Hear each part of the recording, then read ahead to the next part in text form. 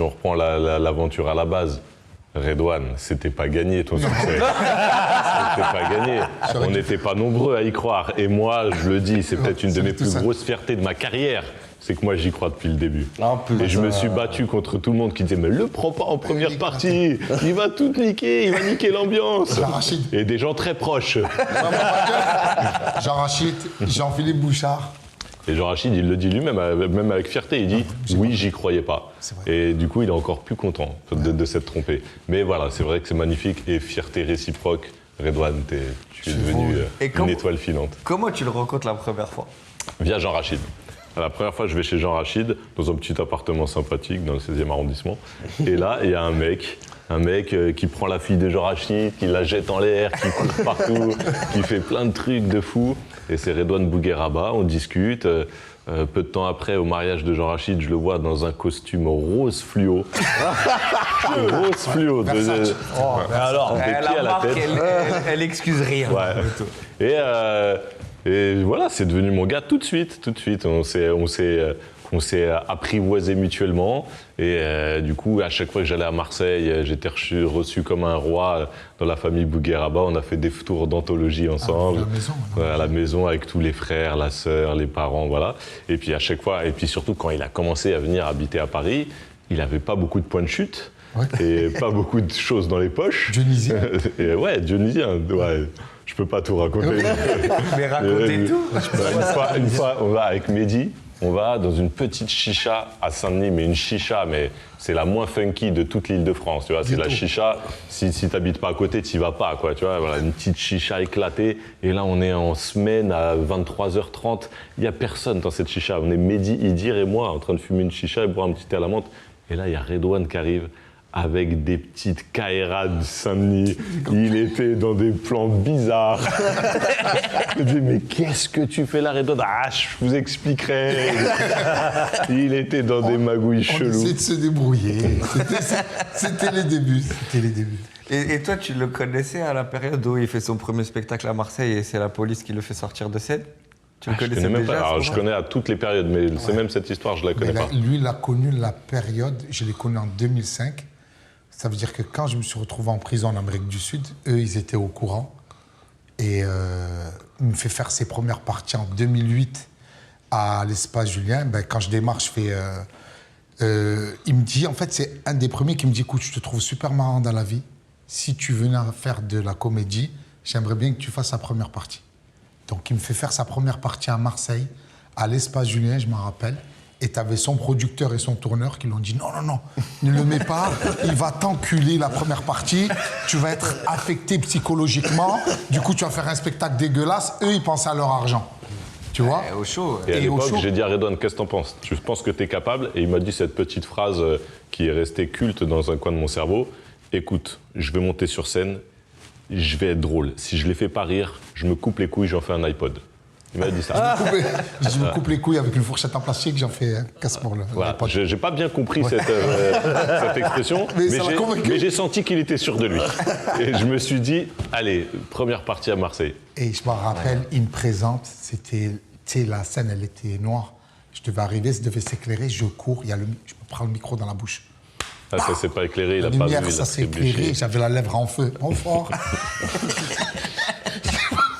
J'ai dit, Inch'Allah, là-dedans, ne tombe pas. Je fais le passage, ça se passe relativement bien. Et depuis, après, j'ai enchaîné. Alors, il faut savoir que, puisque tu as abordé le sujet de la prison en Amérique du Sud, avant la prison, il était un peu empâté, tu vois. Il était un peu gros, tu vois. Bon, là-bas, il n'a pas beaucoup mangé. Il n'a pas mangé à sa faim. Et quand il est revenu au bout de 3-4 mois, tac, il m'appelait au téléphone, il m'a dit, t'es où? Je suis à Saint-Denis, vas-y, viens, je te passe. Ah, ça faisait plaisir de le voir, tu vois. On a eu un peu peur de cette histoire-là. Et là, il me dit, je te préviens, là, je suis affûté et tout. Il m'a dit, je suis jeune et beau, il manque plus que riche et célèbre. Voilà. J'aimais bien, je vais émailler cette émission de petites formules de Redouane. Et du coup, quand je suis arrivé, en effet, il était bronzé, hein, il y avait la cour au Venezuela, tout ça. Et il était très maigre. Enfin, maigre, n'exagérons rien, mais bon, il avait perdu. Mais c'est vrai qu'il n'était pas encore riche et célèbre. Quelques années plus tard. Mais je suis plus jeune et beau. On n'a jamais tout eu en même temps. Jamais, il faut faire un choix. À chaque fois, on se dit qu'on est au meilleur de sa carrière, mais en fait, non. tu as prouvé à chaque fois que, tu sais, tu te dis, ouais, je suis au maximum, je suis à ma hype. J'ai sorti mon premier album, j'ai vendu 600 000, 1 million d'exemplaires. J'ai fait une tournée des grandes salles, j'ai fait tous les SMAC. Maintenant, je me retrouve à faire l'Olympia. Là, tu fais tous les Zéniths, tu fais 1 film, 2 films. Là, 3 films, c'est un film international, c'est une sortie internationale. Vocation internationale, ouais, de par le sujet, ouais. Avec Tahar Rahim, et de diriger, te retrouver à diriger Tahar Rahim. Moi, j'ai eu le privilège de voir, via ton co-réalisateur Mehdi Edir, un extrait exceptionnel. Franchement, j'ai eu la chair de poule quand j'ai vu ça. Ouais, moi aussi, Et les tarbas. J'ai pris une claque dans la bouche. Ouais, j'ai pris une claque. Ils m'ont montré 3 minutes. Après, je marchais tout seul dans la rue. Tu sais, t'es là. Parce ils m'ont montré 3 minutes. J'étais là, j'étais en train de répler tout seul et tout. Je marchais comme ça et tout. Je dis, ah, les tarbas, ils m'ont ému. Il est 11h du matin.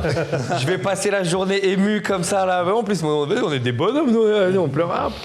Et ils m'ont pris comme ça. Je passais tout claque. Tu passais gentiment nous déposer un truc en plus. Un cadeau en plus. Ouais. Je passe déposer un cadeau en gentil. Bien, reste 3 minutes, vas-y. Après, tu pars comme ça. Ouais, c'est bien les frérots. Hein. Les tarbas, j'ai hâte que les gens ils voient. On a encore du taf, mais ouais. Ah, et puis bon, comme on a cité son nom, on va quand même s'arrêter, s'il vous plaît, messieurs, 1 minute sur Tahar Rahim. Ah oui. Oh là là. Ah ouais, impressionné. Il est monstrueux. Mais impressionné je suis encore impressionné. Ce matin, avant de venir voir, on a fait une petite projection juste avec la monteuse et Mehdi de l'état des lieux, là on en est, où on en est du film. De temps en temps, tu vois, toutes les 2-3 semaines, on se fait une projo dans la longueur pour voir où on en est, voilà ce qui va pas, ce qui va. Et à chaque fois, je suis encore impressionné, vraiment. Le mec, on a peaufiné le scénario avec lui parce qu'on l'a inclus sur la fin de l'écriture pour qu'il s'approprie le rôle. Et puis d'ailleurs, il nous a fait des propositions géniales. Le mec, il connaît son métier comme personne. Il est d'une intelligence cinématographique flippante. Et après, évidemment, on l'a vu en prépa, comment il s'est plongé dans le rôle, comment il s'est investi, comment il a les cours de chant, de piano, de gestuelle, de tout ce que tu veux. Pendant le tournage, tous les soirs, on se disait « Waouh, comment il est fort, le bâtard, c'est impressionnant ». Et là, même encore là, alors qu'on est sur le montage depuis des mois et que je le vois tous les jours sur l'écran, eh ben, quand tu te prends plusieurs scènes d'affilée, il continue de m'impressionner. Il est incroyable. Donc je ne veux pas survendre le truc, mais j'ai hâte que les gens voient cette performance parce que c'est ouf. Et son niveau d'investissement aussi. Genre, en vrai, faut être c'est un fou. Non, mais je pense que son niveau d'investissement et son niveau de folie pour s'approprier le rôle, je pense, ils sont 5, 6 dans le monde. Je suis sérieux. Je pense, tu vois, il y a les Joaquin Phoenix, Daniel Day-Lewis. Voilà, exactement. Ouais. Il est de cette trempe-là, c'est-à-dire qu'il s'oublie. Nous, voilà, je l'ai déjà dit 1000 fois, mais quand on allait bouffer ensemble après, le soir, le week-end ou quoi, il parlait encore en Aznavour. Et tu sais, pendant 6 mois, il n'est pas sorti du rôle. Je pense que si tu ne mets pas son nom au générique, les gens ne peuvent pas savoir qu'il est dans le film, en fait. Ouais, c'est possible. Je pense que tu ne le vois pas. Ouais, moi, c'est pareil, quand je suis parti vous voir sur le tournage et tout, déjà, c'est incroyable, autant de gens et tout. Et j'arrive, on y va, il est entre 2 scènes en train de dormir, on y va, on ne veut pas le réveiller et tout. Puis là, il nous voit, il vient nous voir, il vient dire bonjour. Et là, ça ne tourne pas. Déjà, en plus, il est maquillé, déguisé, donc tu parles à un autre monsieur. Et il est là, et je vois, il me parle, et je me dis, mais le frérot, il me parle en... Il est en Aznavour, là. Donc en fait, lui, il va faire une parenthèse dans sa vie, où il y a peut-être 6 mois de son existence, où c'est quelqu'un d'autre. Ouais, c'est ça. Et c'est ça le choix qu'il fait. Et tu le sens en plus qu'il le fait dans un truc où c'est pas, il calcule, où il veut... C'est qu'il il a switché. Ah, il n'est pas en image, hein, il n'est pas là pour faire une image auprès d'un tel ou un tel. Plus Rama, un jour, on est au Casino de Paris, il est sur scène, il est en Aznavour, je dis pas tout, mais plutôt vers la fin du film. Et il y a sa femme, Leila Bekti, c'est pas un scoop, donc je peux le dire. Leila Bekti est la femme de Tahar Rahim. Et elle est passée, je suis quasiment jamais passée, elle est passée 2 fois. Et là, une fois, elle passe. Et à un moment, il y a un truc de logistique de famille, tu vois, elle va le voir pour lui dire un truc et tout. Je vois, ils échangent et tout, elle revient, elle dit, ouais, j'arrête. Elle dit, je sais pas qui est ce monsieur. elle m'a dit, il me parle de mes enfants, mais je le reconnais pas, ni sa voix, ni son visage. Ouais. Je veux même plus parler avec lui. Donc voilà, c'était génial. Il y a eu des moments galères sur ce tournage ou pas? Franchement, non. Non, je te jure. Alors voilà, on a eu des équipes incroyables en déco, en costume, à la lumière, mais vraiment... On était en Champions League, c'est incroyable d'avoir de telles équipes. En plus, avec Mehdi, en tout cas, je ne sais pas si on a un secret, mais un de nos trucs, c'est de bosser comme des chiens en amont du tournage, parce qu'on veut que, quand ça tourne, il y ait le moins d'incertitudes possible. Tu vois, qu'il y en aura toujours, mais au moins, on a prévu le maximum de trucs. Donc, on a bossé dur pour ça. Et du coup, franchement, des petits trucs de merde, de machin, de 2 jours avant la scène, ils ont fait des travaux dans la rue où on doit tourner, des trucs de régie. Mais on a des équipes régie qui nous démerdent le truc, tu vois. Donc non, il n'y a eu aucun gros souci. 3 mois de tournage, c'est long. Tu peux avoir des gens malades, des gens, tu vois, qui... Mais non, écoute, comme on dit, les étoiles étaient alignées. C'est passé vite ces 3 mois? Ouais, grave. Grave, très très vite.